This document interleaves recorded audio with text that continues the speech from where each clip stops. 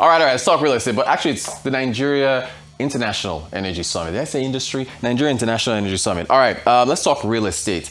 Housing affordability is a global issue. Former Vice President Yemi Osibanjo in Nigeria has emphasized the urgent need to unlock land and strengthen infrastructure as critical steps towards achieving inclusive and affordable housing in Nigeria. He made this known while delivering a keynote address at a real estate conference in Lagos on Tuesday. Our Rise correspondent Omobolanle Adesui reports. Nigeria faces a housing deficit of about 14.9 million units, driven by rapid urbanization, high construction costs, and limited access to serviced land, leaving many without decent homes. As the gap between supply and demand widens, calls for sustainable and inclusive housing solutions have grown louder. Speaking at the conference, former Vice President Yemi Osibanjo emphasized that robust infrastructure is the essential foundation for delivering affordable housing across the country. The whole idea, of course, is to see how we can unlock infrastructure and other critical components of housing in order to enable inclusive housing. And inclusive housing really is crucial because housing is not just a dwelling place, not just a habitat. It's also an economic structure. It's important for people to be housed, especially those who may not be able to afford some of what we see today, the private estates, which, as you know, are of course expensive. So the point is that government must be deliberate, government must be conscious, government must be focused about providing that housing. See, we need to have the levels, the lower, middle, and high levels. Gone were the days, our fathers who were civil servants, they were able to afford houses in rural areas, and they were able to send their children to school. So because of the economy, it's very important for government to be able to see how affordable houses projects should be done.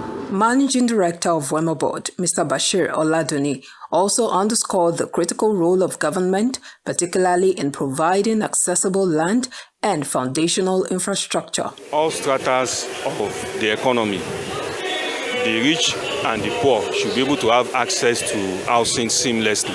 And that can only be achieved when government provides the needed enabling environment for private sectors to come in. I'm sure you know that the development of the country has been quite difficult and that is challenged across the country. So I think what the government did was to begin to resuscitate regional governments by creating regional funding. So for example, we just got our own Southwest Development Commission. We have developers, we have financiers, we have all the people that are involved in real estate business. We bring them together so we can put heads together to fashion out the best way to do this business, so that way we as leaders of real estate business in Nigeria, we want to kind of form a synergy. Experts and stakeholders agree that bridging Nigeria's housing gap will require more than building homes. It demands unlocking land, investing in infrastructure, and creating the enabling environment that makes inclusive housing a reality for all citizens. Omobolanle Adesui, Arise News, Lagos. All right, we're going to continue the conversation because it just so happens that Panterra has released their 2026 real estate outlook report for Nigeria, and we're happy to have the Director of Research and Chief Investment Officer at Panterra, Ayo Ibaru, to get into affordable housing. Ayo, good to see you. Good to see you, sir. Thank you for joining us. Please have a seat. Thank you for being here. So Ayo, let's kick off with your reaction to former Vice President Yemi Osibanjo and some of the other executives you heard there talking about this affordable housing in Nigeria. I mean, the former Vice President is always a hard act to follow, but I will try. He did make some remarks, and I did get wind of a few things he had said, one of which was Borno State was able to build almost 15,000 housing units on its own, and I think Abia State is trying to do the same thing, and he underscored a central issue. The housing problem is best solved at the subnational level. Okay. Yes, you would need federal support, but each state has to answer its own name, as they say. Now, for a couple of years now, nearing on a decade, we have pushed the argument that the best way to skin the housing affordability cat, one of the best ways to do it, is to pursue the infrastructure-led strategy. And that builds on William Alonso's bid rent theory back in 1964, where he said, look, if you have infrastructure going into new places, opening new corridors, individuals and businesses are more willing to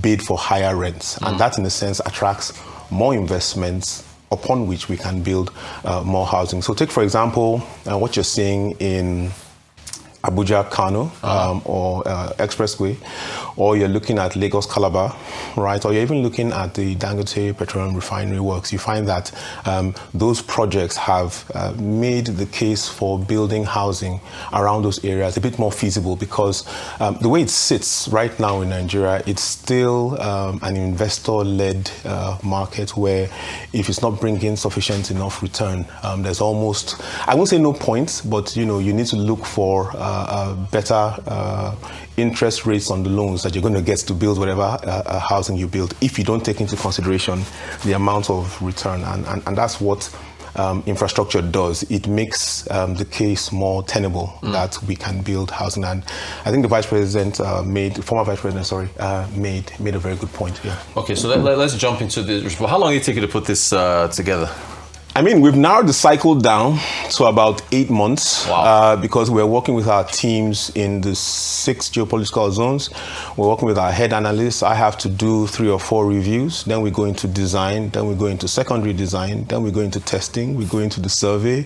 And then we send it out to our initial sets of readers who send back. They give us feedback. And then we now send it out to the public. Now, I say 8 months because when we started, it took us about a year plus. So in the former days, when you had invited me, once I was leaving your office, I'm going back to go and continue work for the next one. So it does take some time, it does take some effort, but we do have quite a bit of support in a number of government agencies and a number of international experts.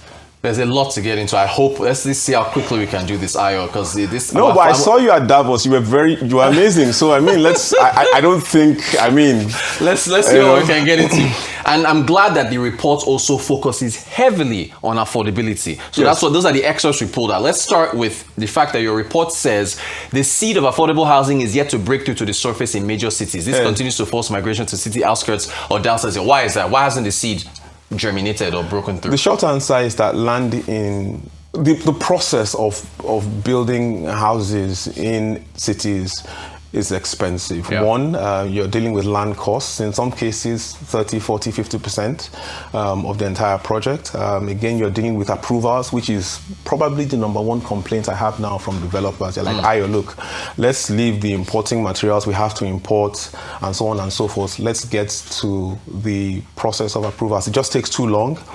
In some instances, 18 months, 24 months, you're yet to get your approval. And this is with you having fulfilled every single requirement and some. So that adds to the eventual cost. Then there's the overall macroeconomic situation.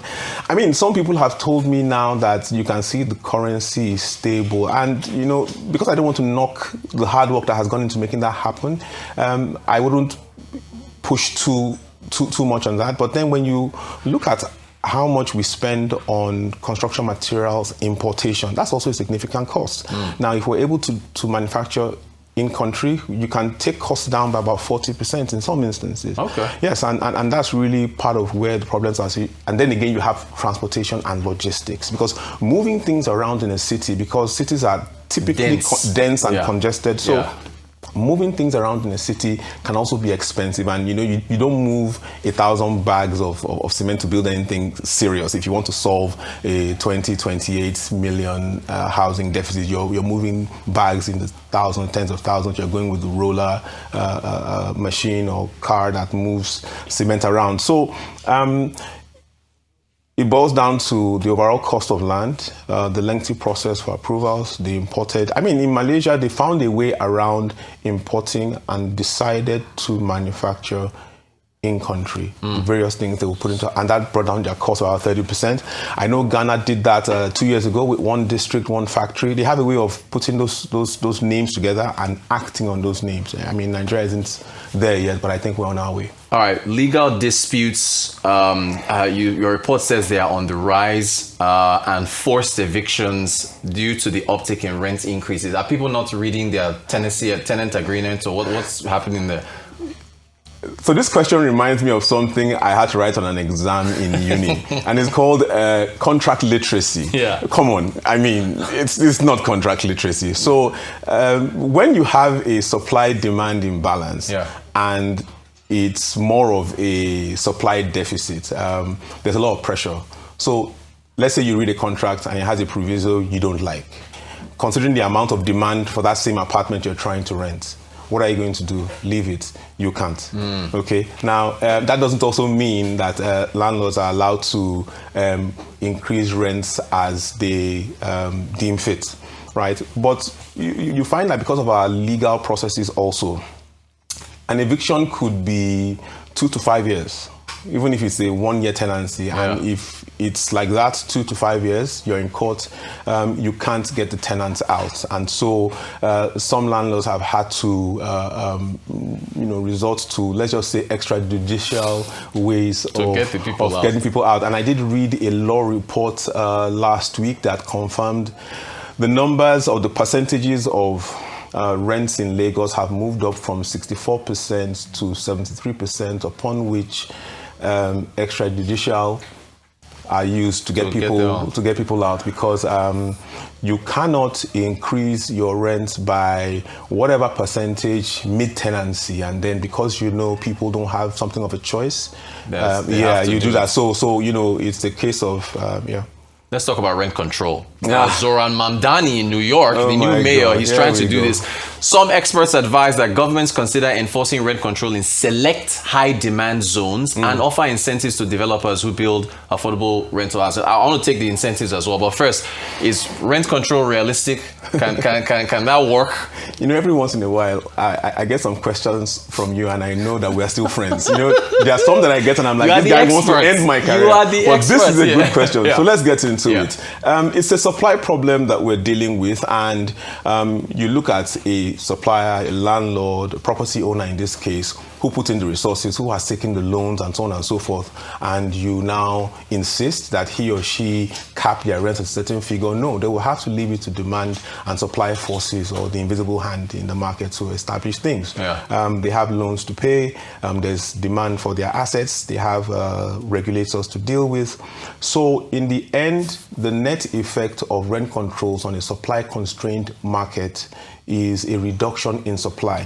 Now, if you force it, as they did in a few regions in Brazil, and they did, I think, in Kenya, what happens is rents escalate much quickly. So what you can do is consider rent control in a restricted area for a limited period of time. Now, I can already hear people in my head, Ayo, what are you saying? Because once you say a restricted period of time, the tendency is to push it. Exactly. And the way we are working on our laws and transparency is a question of, who has the stronger hand on the regulator.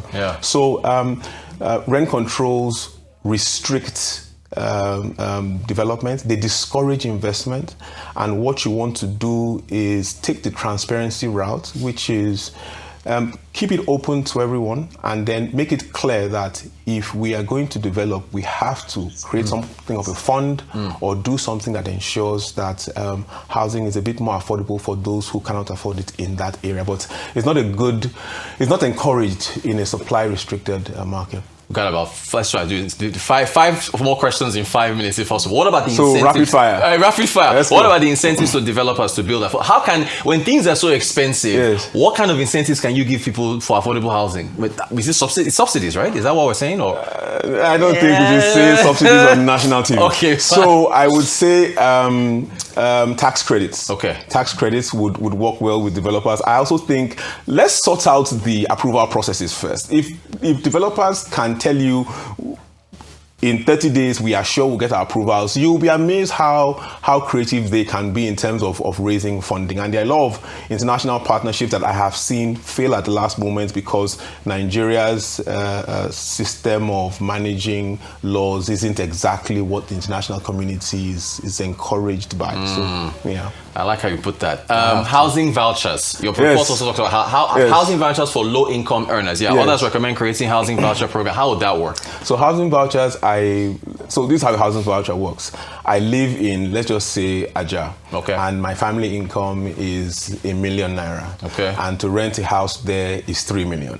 What the housing voucher will do is say, look, for a restricted number of people who earn 1 million, we will add maybe another million or another 1.5 so that you can get the 3.5 million or 3 million naira house. Now, you have to get the remaining balance, but it's a way of the government putting money in your pocket. But what they do is they send the money directly to the landlord and they track that. We can do that in Nigeria by BVN, NIN. I think this long story I'm just saying is we need different tools operating at the same time to solve this problem. And I think for me, it's even a good sign that the Ministry of Works did get the kind of budgets they did, because if they're able to execute quickly and effectively enough on infrastructure, then we can see housing developers move in, because that's almost, I mean, it goes without saying, once you see infrastructure somewhere, your housing project will see value growth. So it is attractive for you to invest your own cash. Great stuff. You already touched on this, so I'm going to skip this part, but you talked about the high import costs. Imported construction materials are costly, approval limits housing supply. You talked about the currency and how we have to localize our manufacturing. So I'll jump ahead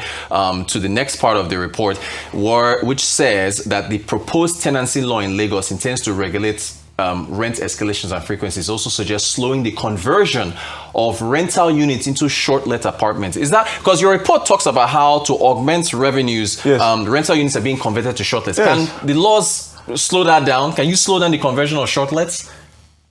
So I mean, it's hard to monitor. That's the short answer. Right. I know you don't have time, so I'm trying to be very clear. I know, I get you. It's hard to monitor. I mean, what's the entire staff strength in the Lagos State Ministry of Housing? And how can they monitor the number of housing units estimated in some cases at 13,000 to 15,000? Yes, a lot. Yeah, so if I'm converting, and when you find out that I've converted, what do you do? Because it's a highly profitable model, and Nigerians have found a way of making it work. Right. So you can write your laws, but I mean, the main law is on escalation. You can't, I mean, it's a supply issue. Yeah. And except the government takes a concerted effort to improve the housing supply in Lagos, for example, you will have little say in telling me how often or how frequently I can increase my rents or not. I mean, I saw a brief analysis of the Lagos State budget for 2026. Housing is not the first thing, it's not the second thing, it's not the third thing. I think it's like the fourth or even the fifth thing. And until we get to that point where housing is prioritized, we lose not only the net effects of increasing housing, but also the economic growth and the targets that the president has set for 2027. Ayo, we're out of time, but the two you're coming back. You have to come back. I'm saying it on air now. I'm always glad being here. Maybe Friday, because these two questions I want. Yeah, because there's two more things on this report. When you're going to Davos, call me. Don't. Still Friday, because all right. Let's see. Informal rental agents. We're out of time, so you're going to come back. I'm going to address asymmetry. Are they good or bad?